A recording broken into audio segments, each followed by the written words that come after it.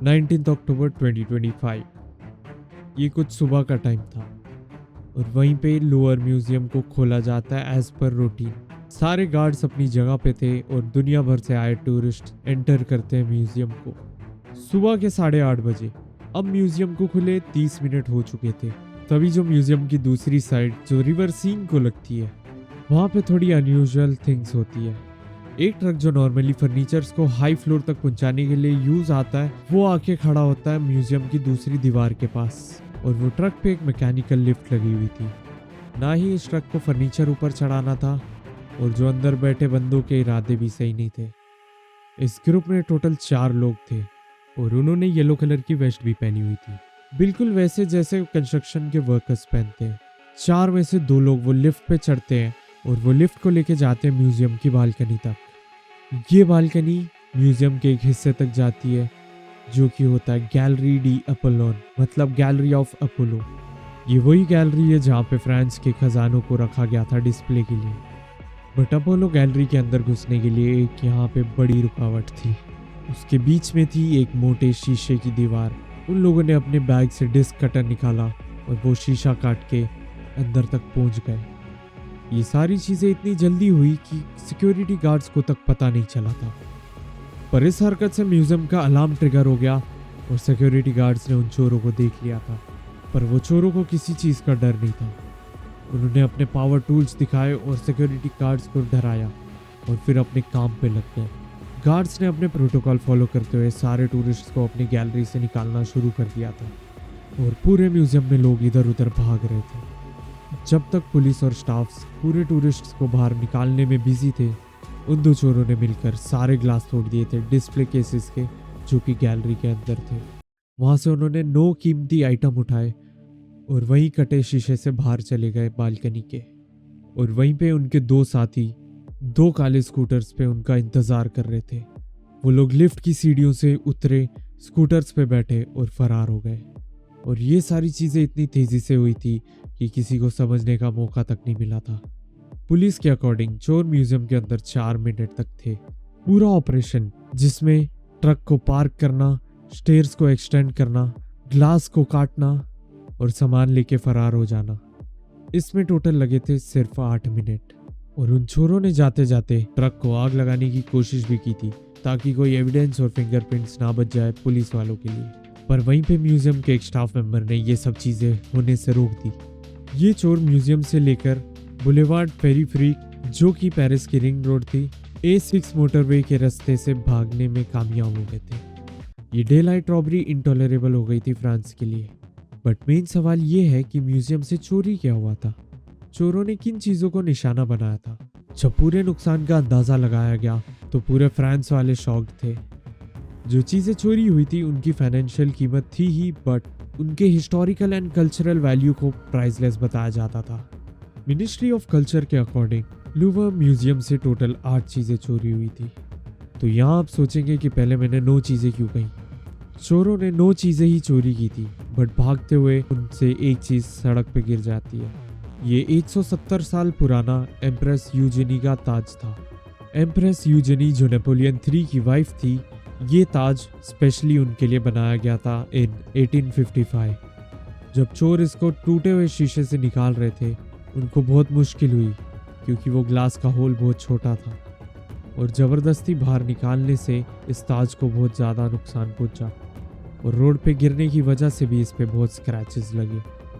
Museum के director ने बाद में कहा कि इसको रिपेयर करना पॉसिबल हो सकता है, बट जो बाकी की 8 चीज़ें चुरा ली गई है उनका नुकसान पूरा नहीं हो सकता।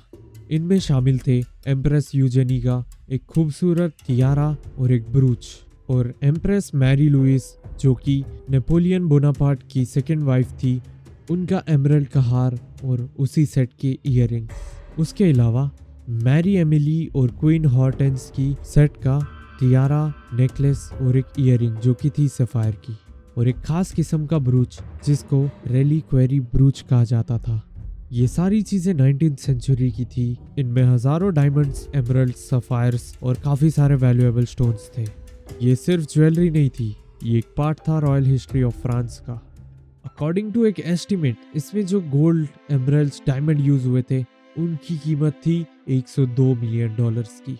पर ये जिस रॉयल फैमिली की थी, उस हिसाब से देखा जाए तो ये 102 मिलियन डॉलर्स ही क्या, 1 बिलियन डॉलर से भी इसकी भरपाई नहीं हो सकती। उसी वजह से इसे प्राइसलेस कहा जाता है। बट एक चीज़ ने हैरान कर दिया सबको, उन चोरों ने सबसे वैल्यूएबल चीज़ों को हाथ तक नहीं लगाया जो कि थी गैलरी के अंदर।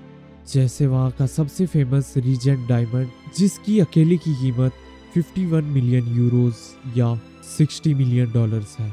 इसके अलावा सैंसी और हॉटेंसिया डायमंड भी वहाँ पे रखे हुए थे, पर चोरों ने उन्हें हाथ तक नहीं लगाया। इसी वजह से ये माना जा रहा है कि वो लोग किसी खास ऑर्डर पे आए थे और उन्हें पता था कि उन्हें क्या चुराना है। पेरिस के प्रोसिक्यूटर्स ऑफिस ने कहा है कि ये नुकसान पैसों का नहीं है, ये नुकसान है फ्रांस की हिस्ट्री का। पर यहाँ पे एक सवाल ये आता है कि दुनिया के सबसे सिक्योरेस्ट म्यूजियम में ये हरकत कैसे हुई। पर जब इन्वेस्टिगेशन हुई तब बहुत चीज़ें सरप्राइजिंग थी। फ्रेंच मीडिया ने कई रिपोर्ट्स में ये बताया है कि जिस हिस्से में चोरी हुई थी उस एरिया में हर 3 कमरों में से एक कमरे में भी कैमरा नहीं था। दुनिया के सबसे बड़े म्यूजियम में ही सीसीटीवी की कवरेज नहीं थी और जो एक्सटर्नल कैमरास लगे थे वो भी पूरी तरीके से उस बालकनी को कवर नहीं कर रहे थे। बट इससे भी बड़ा झटका तब लगा जब फ्रेंच सेनेट की एक मेंबर नेटेली गोले ने बीबीसी को ये बताया कि जो अलार्म बजा था वो एक्चुअली में म्यूजियम का वाइडर अलार्म था। उस बालकनी में एक लोकलाइज्ड अलार्म सिस्टम भी लगा था, पर वो कुछ ही दिनों पहले खराब हो गया था। अगर वो टाइम पे वो अलार्म सही होता तो सिक्योरिटी ने पहले ही डिटेक्ट कर लिया होता कि चोर कहाँ पे है। उसके बाद म्यूजियम के डायरेक्टर ने ये सिक्योरिटी को देखते हुए मिनिस्ट्री ऑफ कल्चर को अपना रेजिग्नेशन दे दिया, बट वो रेजिग्नेशन को एक्सेप्ट नहीं किया गया। इस चोरी ने फ्रांस के म्यूजियम्स की सिक्योरिटी के ऊपर एक बड़ा सवाल खड़ा कर दिया है। और आपको ये भी बता देते हैं, यहाँ पे कोई पहली बार चोरी नहीं हुई थी। इसी म्यूजियम में 1911 में मोनालिसा की पेंटिंग भी चोरी हुई थी। म्यूजियम के एक पुराने एम्प्लॉय ने लियोनार्डो दा विंची की फेमस पेंटिंग मोनालिसा को चुराया था। उसने वो पेंटिंग को कोट के नीचे छुपाया था और वहाँ से आसानी से भाग निकला था। उसी के 2 साल बाद पेंटिंग इटली से मिली जब वो चोर उसको बेचने की कोशिश कर रहा था। इसी वजह से मोनालिसा को दुनिया की सबसे फेमस पेंटिंग कहा जाता है। और 1976 में भी किंग चार्ल्स एक्स की भी तलवार यहाँ से चोरी हो चुकी थी। 3 चोर घुसे थे म्यूजियम की खिड़की को तोड़कर और अंदर घुसकर वो लोग तलवार लेके भाग गए थे और वो तलवार का अभी तक कुछ पता नहीं है। और अब पूरे 27 ईयर्स बाद ये रॉबरी हुई है और कुछ रिपोर्ट्स के अकॉर्डिंग 100 से भी ज़्यादा इन्वेस्टिगेटर्स इस केस के ऊपर काम कर रहे हैं। और सैटरडे 25 अक्टूबर को पुलिस ने 2 सस्पेक्ट्स पकड़े हैं जिनके इस रॉबरी के साथ बहुत ज़्यादा ही गहरे लिंक्स नज़र आ रहे हैं। पुलिस ने 150 से ज़्यादा डीएनए सैंपल्स और फिंगरप्रिंट्स इकट्ठे किए थे और ये सैंपल्स पूरे चोरों के सामान से लिए गए थे, जैसे उनका हेलमेट, ग्लव्स और जो सामान उनके ट्रक के अंदर पड़ा हुआ था। और पुलिस का कहना ये है कि उनको डीएनए सैंपल्स मैच होने की वजह से अरेस्ट किया गया, जिसमें से एक सस्पेक्ट का पुराना गोल्ड थेफ्ट का भी रिकॉर्ड अभी भी प्रेजेंट है। और पुलिस अभी भी लगी हुई है इस केस के ऊपर ताकि वो पकड़ सके उन 4 क्रिमिनलों को।